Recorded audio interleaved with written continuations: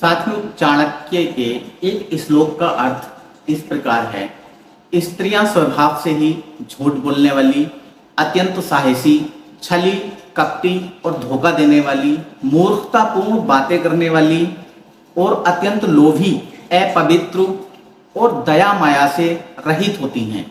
अर्थात स्त्रियों में जन्म से ही झूठ बोलने की प्रवृत्ति होती है। वे अपने दुस्साहस के कारण कोई भी ऐसा कार्य कर सकती हैं जिसके संबंध में एकाएक भरोसा नहीं किया जा सकता। उनके मायाजाल और छल कपट के संबंध में तो सब जानते हैं। उनका मूर्ख, लोभी और अपवित्र होना भी जगत विख्यात है। ऐसा चाणक्य ने कहा है, मैंने नहीं।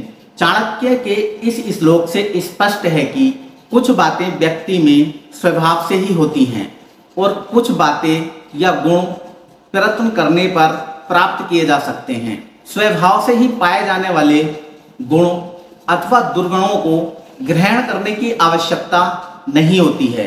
वे तो मनुष्य की प्रकृति में ही होते हैं।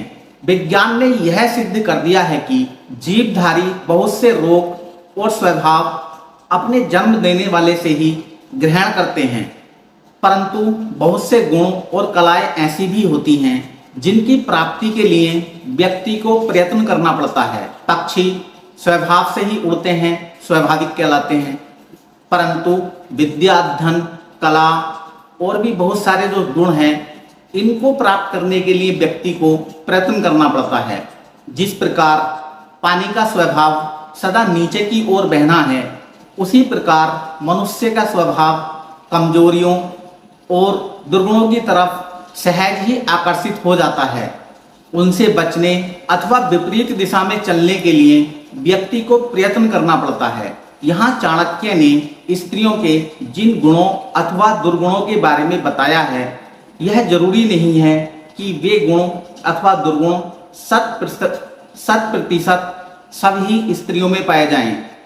चाणक्य की यह भावना भी नहीं रही होगी, परंतु बात बहुमत की है।